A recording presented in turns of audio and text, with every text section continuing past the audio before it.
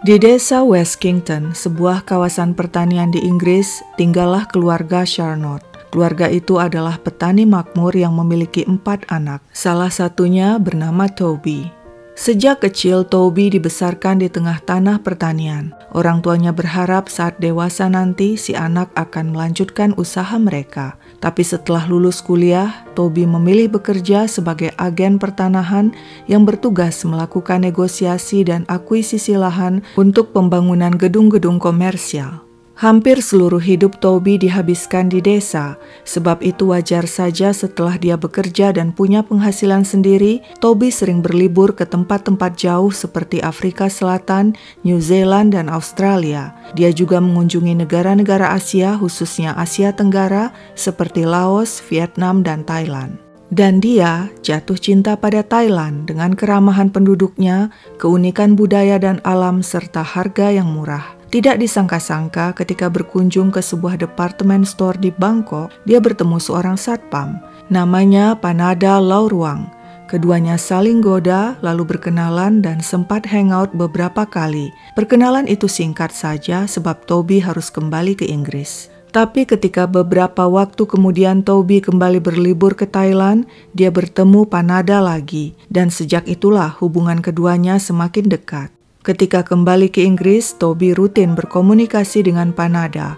Hubungan LDR mereka semakin erat. Keluarga Toby pun mulai menebak hubungan itu serius. Benar saja, Toby menyampaikan pada keluarganya Panada lah wanita pilihannya. Pada Oktober 1997, keduanya menikah secara agama Buddha di kampung Panada di sebuah desa di Isan, salah satu kawasan termiskin di timur laut Thailand. Keluarga Panada menyambut gembira pernikahan itu.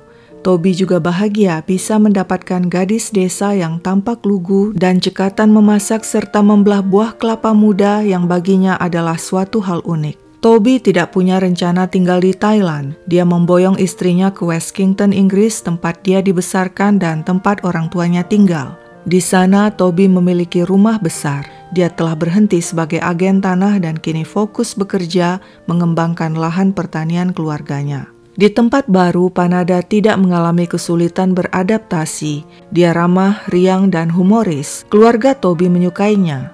Dalam waktu singkat, Panada juga sudah memiliki banyak teman di sana. Dia juga bekerja part-time di sebuah kebun pembibitan, selain tentu saja membantu suaminya Toby mengurus lahan pertanian keluarga. Sayangnya usaha pertanian sedang lesu sehingga tahun 1999 Toby memutuskan pindah ke Thailand. Dia berpikir di Thailand peluang lebih besar, biaya hidup lebih murah dan mereka bisa membuka usaha dengan modal terjangkau. Toby pun menjual rumahnya seharga 2,5 juta pound dan bersama Panada pindah ke Hua Hin, kota wisata pantai yang tidak seramai Pattaya atau Phuket dan dianggap kota wisata yang lebih santun.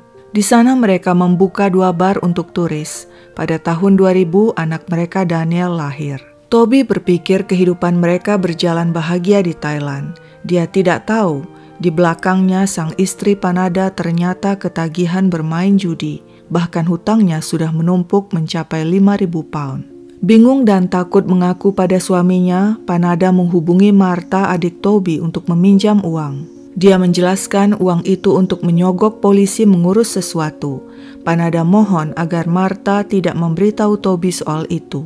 Ternyata Panada tidak selugu yang dipikir Toby. Selain gemar berjudi, wanita itu juga berselingkuh dengan seorang polisi. Dia juga terlibat bisnis ilegal jual beli emas. Sulit ditebak, murnikah cinta Panada pada Toby? Atau selama ini dia cuma cinta pada pound sterling pria itu? Kebohongan Panada akhirnya terbongkar. Toby mengetahui semuanya.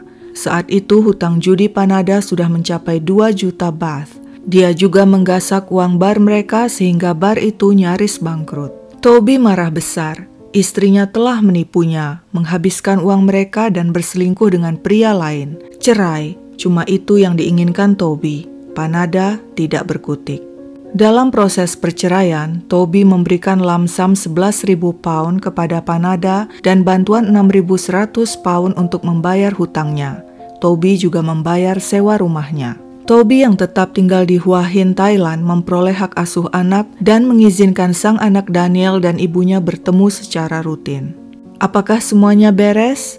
Sudah bagi Toby, tapi tidak buat Panada. Panada menyimpan dendam, dan saat ingin melampiaskan dendamnya, dia ingin kerabatnya terlibat. Dia minta tolong 3 orang kerabat untuk membungkam Toby selamanya. Hal ini harus dilakukan agar dia bisa menguasai sang anak sekaligus harta Toby. Rencana pun disiapkan. Pada 27 Maret 2005, menurut rencana Toby akan datang ke rumah Panada menjemput Daniel. Saat itu Panada mengajak sang anak keluar dari rumah. Begitu Toby datang, dia disambut 3 kerabat Panada. Mereka menembak Toby, gagal. Kemudian mereka menghajarnya dengan potongan besi dan Toby pun roboh. Kaeng Krachan adalah taman nasional seluas lebih dari 400.000 hektar yang berada di perbatasan Thailand dan Myanmar. Di taman nasional itu hidup berbagai satwa liar seperti harimau, leopard, gajah, monyet, dan buaya. Pada 27 Maret, seorang wanita dan 3 pria tampak berkunjung ke sana. Suasana sepi. Mereka melemparkan potongan-potongan daging di beberapa tempat dan berharap harimau dan buaya di Kaeng Krachan akan menyantapnya. Usai melakukan tugas mereka, keempat orang itu pun pulang ke rumah. Kemana Toby? Sudah beberapa hari keluarganya di Inggris berusaha menghubunginya. Panada, si mantan istri, juga bingung.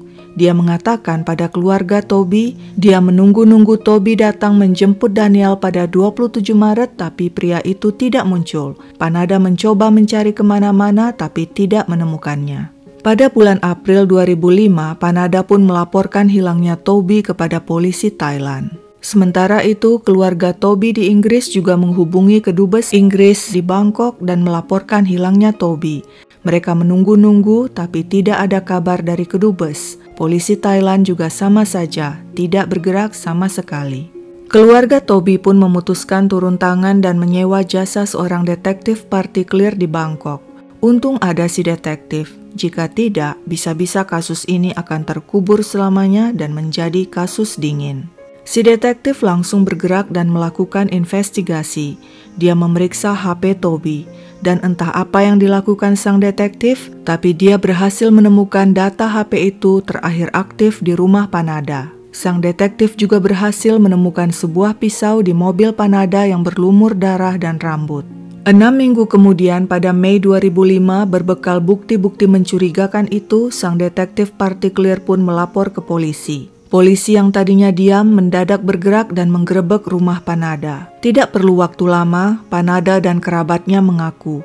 Mereka menunjukkan tempat Toby berakhir, di Taman Nasional Kaeng Krachan. Mereka mengaku telah menghabisi Toby tapi tidak sengaja. Hal itu mereka lakukan karena saat datang ke rumah Panada, Toby marah-marah melihat mereka minum whisky sehingga perkelahian tidak terelakkan hingga berakhir tragis. Tapi pengadilan tidak mempercayai alasan mereka itu. Mereka terbukti melakukan pembunuhan berencana.